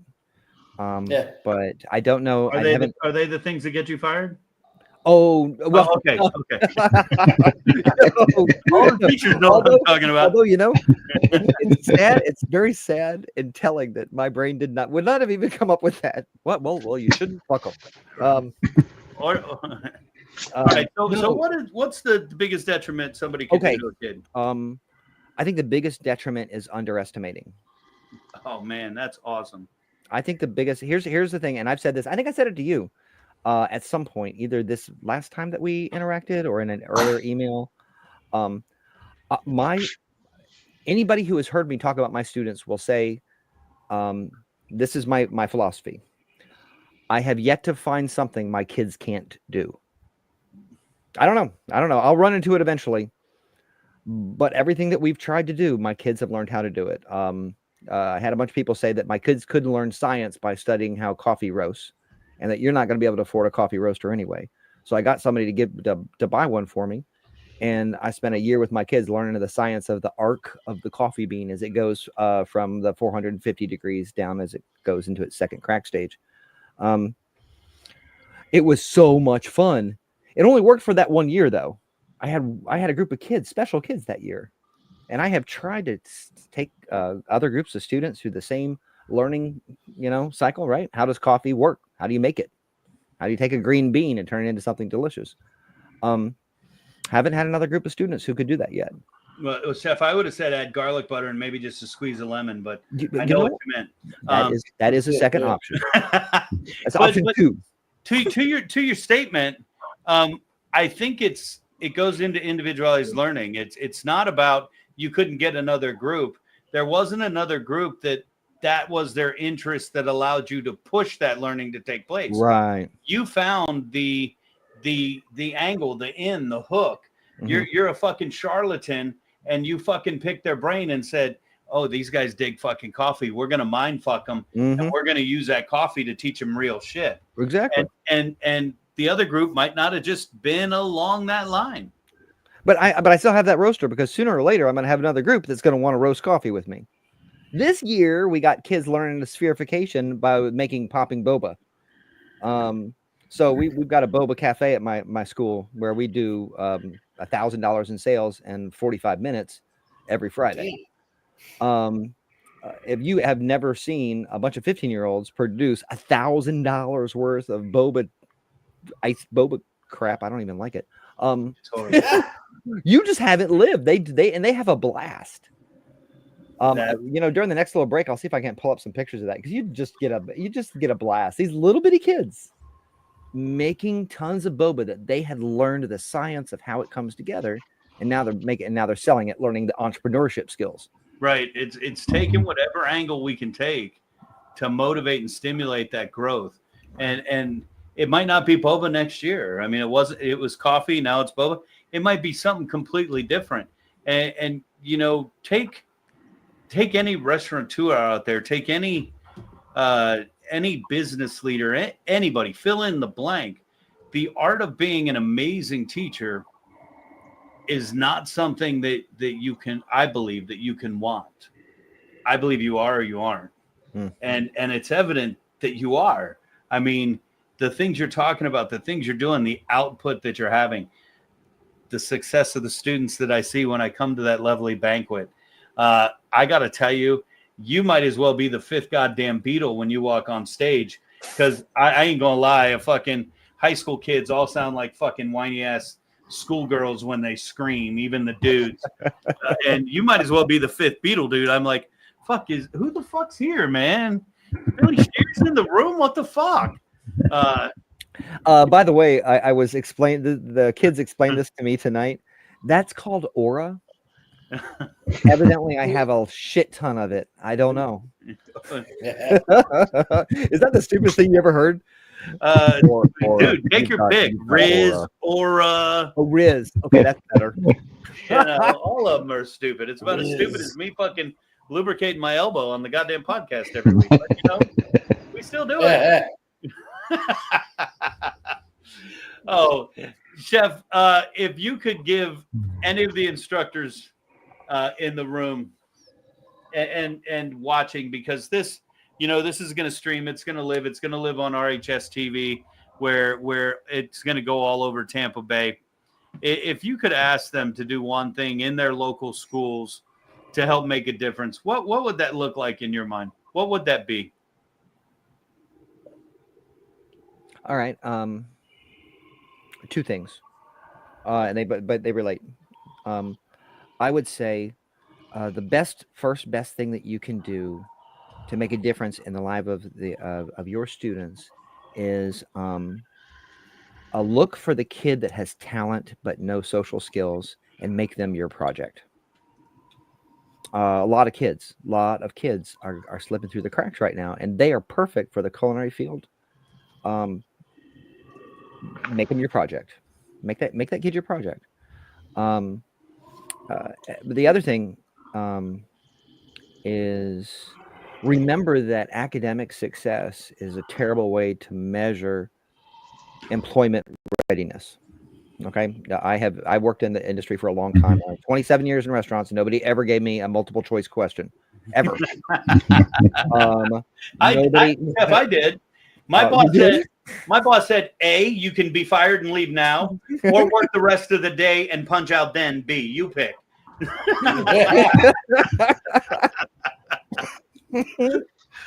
No, Jeff, you're exactly right, bro. You know, we have to be real with these kids, dude. I got nothing but love for you. I love talking with you. I hope we can do this again, because you know, you're one of those guys that I'd love to just talk more and more, and even get even more specific, subject specific, and talk about different pieces. Sure. And talk about growing people. And then we had people from Orlando checking in tonight. They're going to be able to know who you are and connect with you. They might still be in the room tonight. So before we move on to the next segment, what high school are you at? Because I don't even fucking know, Chef. To be honest. I'm at Wekiva High School. Wekiva High School. Oh, I do know, because they say Wekiva High School, and then the fangirls scream. Yeah. So Wekiva High School over in the Orlando area. It's right above Orlando in the Apopka area. We're spitting distance of the mouse. So I'm going to ask you one last question before I say not nice things to you, because that's just who I am. I think one of the biggest misconceptions and one of the biggest challenges I have with people is anybody can teach an AP kid. And even people who think they're teaching an AP kid, you're fucking lying to yourself, because you're not doing anything the kid's teaching himself. Mm-hmm. You're just making information available to him. Mm-hmm. You have perennial winners. You have, as long as I've been coming as an outsider, which is almost 10 years now, to the Pro Start events, you've been on the stage with groups of students, winning this, winning that. You've been recognized as the state teacher of the year. I'm sure you've been recognized for James Maynard up at National. Yes, sir. And one thing I would like you to tell everybody, what's the socioeconomic status of your group of children? Oh, we're a Title I school with 90% of our students are under the threshold for poverty, which means their entire household makes less than $17,500 a year. And he is still kicking ass, taking names. Do not let it fool you. If you are out there fucking thinking you're a badass motherfucker, I want you to jump into a Title I school. I've been in that environment. It is, for me, one of the most rewarding places on the planet to work. And it is not something everybody can do. That's what makes you a teacher. Not fucking teaching the AP kids. Fuck you, all the AP teachers from Chamberlain High School who thought you were badass motherfuckers and talked about those kids. Those kids could beat the fuck out of your kids. Mm-hmm. Chef, I got to beat your ass in trivia right All now. right. 1, 2, 3, start to play for the kids. Let's seize the day. Contestants ready, stand up tall, get ready to face the voodoo chef's call. Guitars raging, drums pound loud, and the stage show will make you proud. Guess the answer, show your might, bring the fire, shine so bright. Voodoo games, here we go. Take a chance, give it a throw. Voodoo games, show what you got. Beat the chef, give it all you got.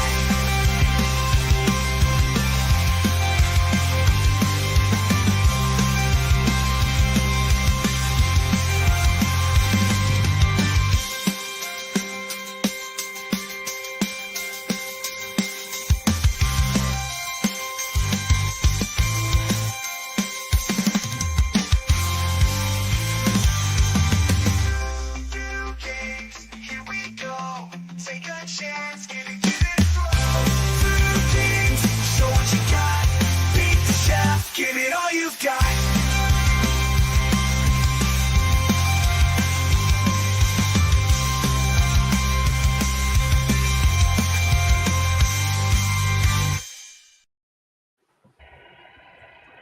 All right. It's time for Voodoo Games. I had to go get my Monster water. Those of you who, well, you have to fucking do this right. Joining us for Voodoo Games right now, Chef Mitchell Smithy. What's up, Chef? Wow. Not much. Dude, do you have a bourbon and a cigar right now?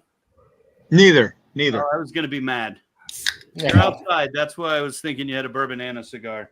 Oh, it's nice out. So. What are you doing Thursday night, Chef? I've got a catering. Till what time? Past 8? Probably till right about 8 after they clean up. I'll call you if I go. It's on your drive home. True that. It's a little private social event that, Mitch and I sometimes attend. I'll call Only you if I go. because you're not working Friday. That's a true statement. How did you know? You told me. I'm supposed to come to your place for lunch. Okay, it's time for Voodoo Games. Hey, all right.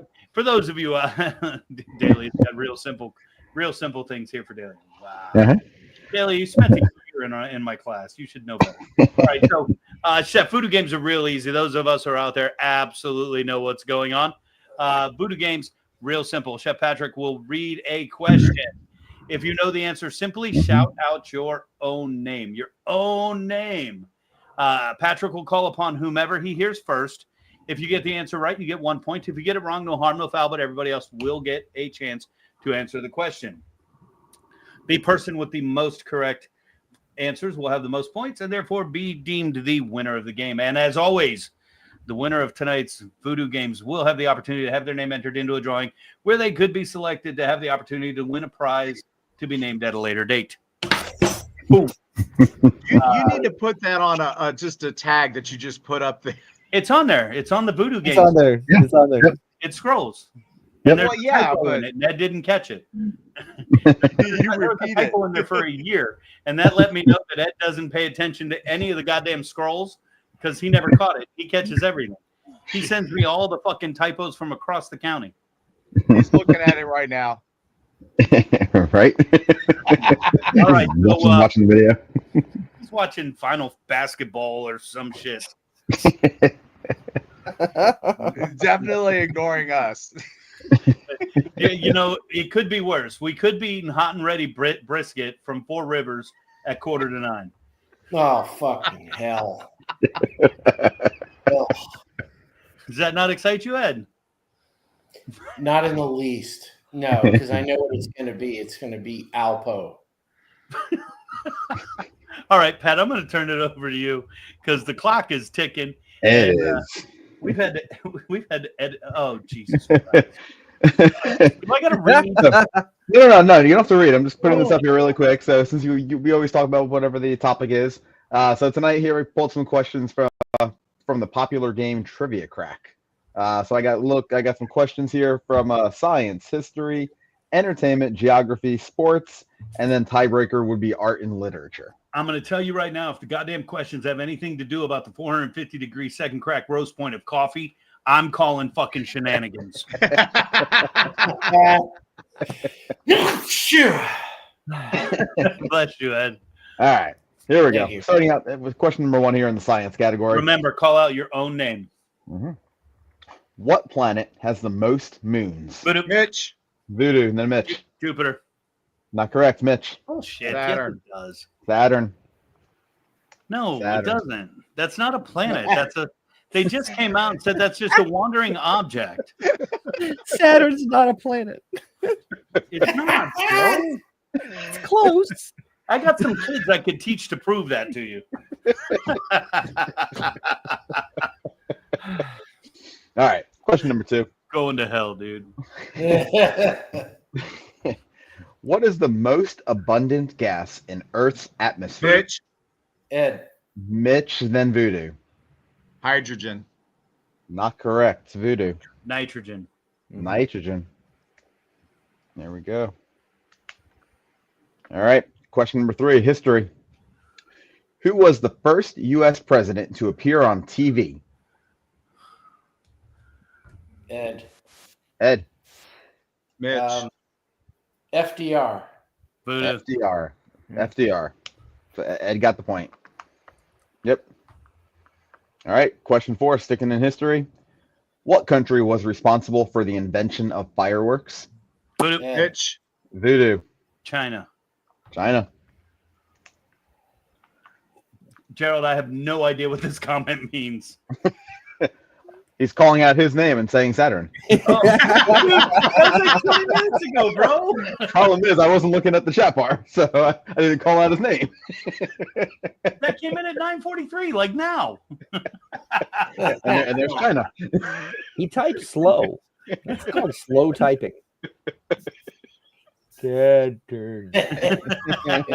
Christopher Columbus method. Find a key and land on it. Yeah. Gerald's fucking drinking that bourbon tonight is what it is. I just have to throw this up here for a second. Oh man. He's flashing back to days he was in your class, learning about those meese. Meese.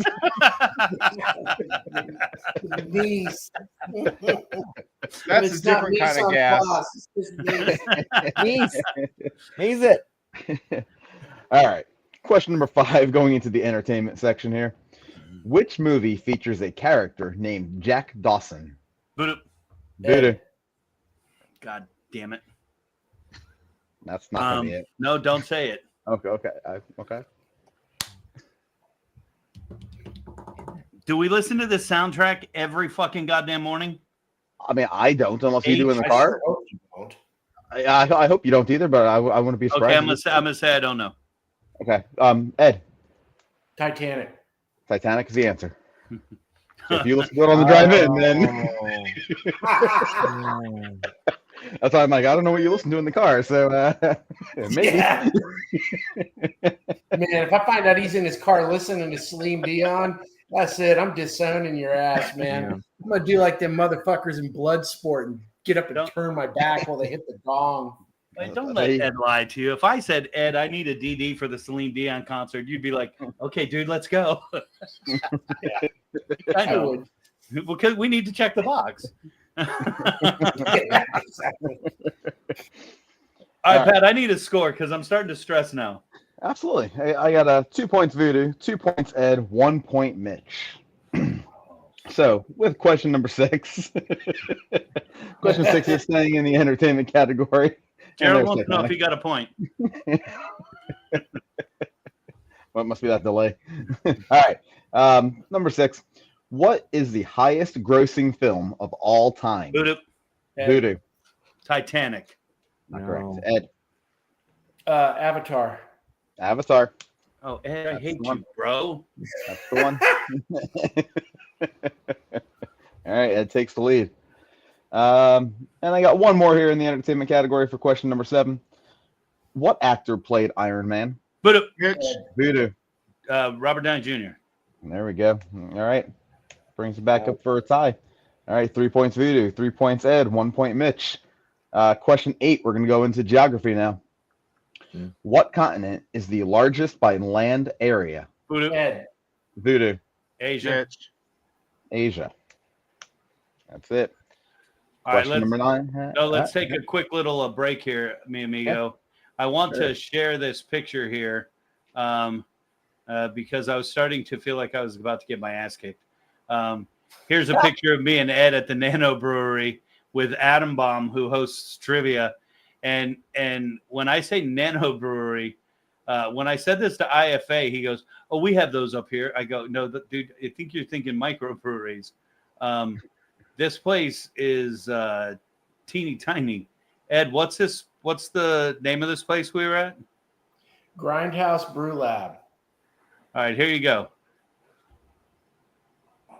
And Lucifer comes and totally obliterates him. Fucking goddamn 20 seats in this place. And I'm like, Ed, it's like we're hanging out in the living room. He goes, "Yeah, I know, bro." And he knows everybody. Ed is Norm at that place. And I got to say we because I want to be part of it. We won. I didn't win shit. I didn't win shit. I knew Britney Spears from 2000. Ed's like, "Well, you got a teenage daughter." I'm like, "Dude, she was 2 when that song came out." Yeah, a little embarrassing, but is what it is. All right, I don't even know where we're at anymore. Chef, how you doing? I'm good, man. I'm enjoying losing. You're not losing. It's a very unusual experience for me, so I'm kind of trying to savor this feeling of just losing a lot. Gerald's got more points than I got.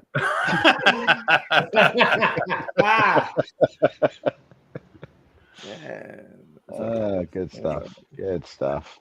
I want to know what this answer was from Gerald. Titanic buttholes. I don't know. I'm afraid to ask. I'm afraid to ask. All right. I don't even know what. Well, it's gone. We lost. I don't even know what we're doing anymore. Yeah. Well, Right. why should today be any different? Chef's like, "What happened to the cool talk? Now what the fuck?" I was kind of enjoying the Titanic buttholes there for a minute. Yeah. So Gerald. I got something I thought about saying, but then I decided against it. So best we do it that way. Oh my God, we're going to fucking hell. We're going to hell. Let me have 34. Let me have 34 seconds because I got to do this because we didn't do it. Yeah.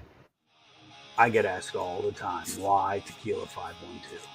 And it would be real easy for me to say it's the 100% blue agave, the locally sourced volcanic spring water, the triple distillation, the 24-hour charcoal filtration.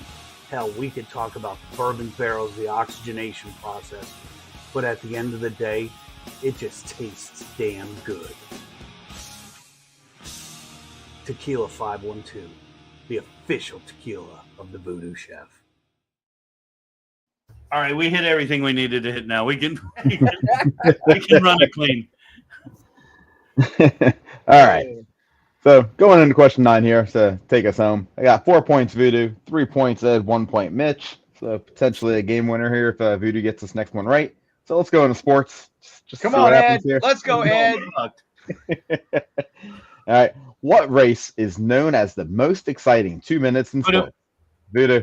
Kentucky Derby. Kentucky Derby. That would be the one. So technically, that would be it. I mean, I have a question 10 if you want to do it there, Eric. If you For got a minute. grins and giggles, do The fun? question 10. All right, just for the fun of it here. Arts and literature. What is the name of Sherlock Holmes' assistant? Bates. Ed. Well, I'm sitting right here, man. What happened? Bates. There we go. So, hey, I don't know. I don't know his name, dude. I just wanted to call it Chef's name. I figure. I know everybody saw it coming. Yep. Hey, his name was Doctor something or other. Watson. Dr. Watson. I presume.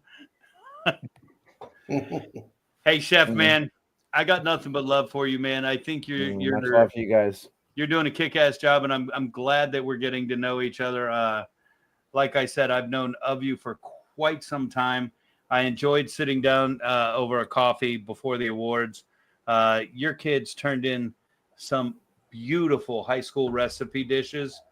Next time you come on, we'll bring those up and talk about them. Sure. Because they did an amazing job. My favorite was the chili thread on top of the noodles. Holy shit. I want to eat that. It was really, and by the way, it was really good. I mean, it looked good, but the cool thing about red is that it's such a it's so flexible as a seasoning base, and we did all kinds of cool stuff with it. I still love the churros. I had wished that I brought some with you and let you taste them because the spiced churros were so good. I bet they would have gone good with a glass of bourbon. Hell yeah, it goes good with everything. What, bourbon? I know. Red on churros. I like the sound of that. They were good, man. Salty, sweet, and spicy all at the same time. They were good. Mitch, I'll share the dishes with you next time I see you. They're on my phone. Okay. Just absolutely beautiful, beautiful dishes. And Chef, you should be commended. And just so you know, you are in a room full of educators right now. And probably most of the people in the chat room tonight were educators. I really hope they weren't thinking we were going to talk about the current educational status of what's going on in America, because fuck all that nonsense. Ain't got time for that shit. No. Depressing. But dude, peace and love, man. Just I appreciate you. Keep doing what you're doing. I'd love to stay in contact and absolutely, man, have you back on. Sure. And you're welcome in any Tuesday night just to come hang out. But we'll schedule a time to have you back in and chat more education. Maybe we'll bring all the educators in and do a nice little round table that only we'll enjoy. But fuck everybody else. We don't do it for them anyway. Hey, Chef Bates, is that Sonny's barbecue thing that's at your school? Will you be there? Yes, we're the I came up with the idea a while back, and I got Sonny's to sponsor it with me. I wanted to give kids another opportunity to compete in a much different environment, one where it's more about learning and then instantly applying what you learn. And the Sonny's people have been amazing. So yeah, we're gonna have 10 schools from all across the state of Florida at my campus. And the winners, what they do is they spend the first 4 hours with a master pit master, and that travels around the country and is also a national barbecue champion and a world barbecue champion. He teaches them the basics of how it all works, how barbecue functions, gives them some ribs and gives them some chicken thighs and gives them something else too. Teaches them how to do it. And then they have 4 hours in the afternoon to put on a dry rub, to get it into the smoker, to run it through the whole process. And they have to use their own barbecue sauce that's different on each product. It's a really cool competition. If you want to swing by, shoot me an email. I'd love it. I mean, I'm all. Well, I entered. I haven't heard back if we got accepted as one of the schools to do it. Really? Yeah. When is this event, Chef? The 19th. No, it's the 19th of May. April. Of April. Can't go back in time there, Eric. Yeah, I'm gonna let me yeah, it is. Wow, time's just like zipping past up on me really fast. Let me will you shoot me an email and I'll get in touch with the Sonny's folks and see what's I'll going send on? you his email as soon as we get off, Mitch. Just I got it.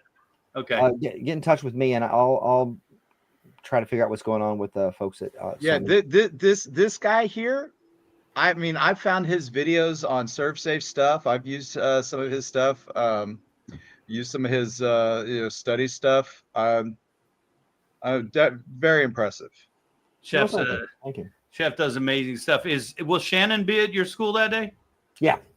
Please give Shannon my best. I will. He was in my class at Hillsborough High School. No way. No way. Wow. And you never know. We have a private event on April 18th in Orlando, in Apopka. Who knows? I might just pop in to your event on the 19th. That'd be great. Dude, I got nothing but love for you guys, man. Peace and love, everybody. Till next time.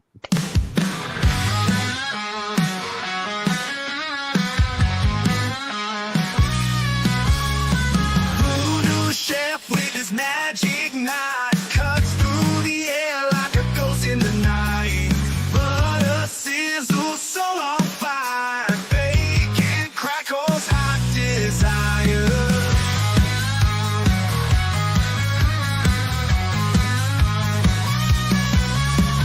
Caffeine kicks me awake, I'm alive. Caught through the madness, gotta survive.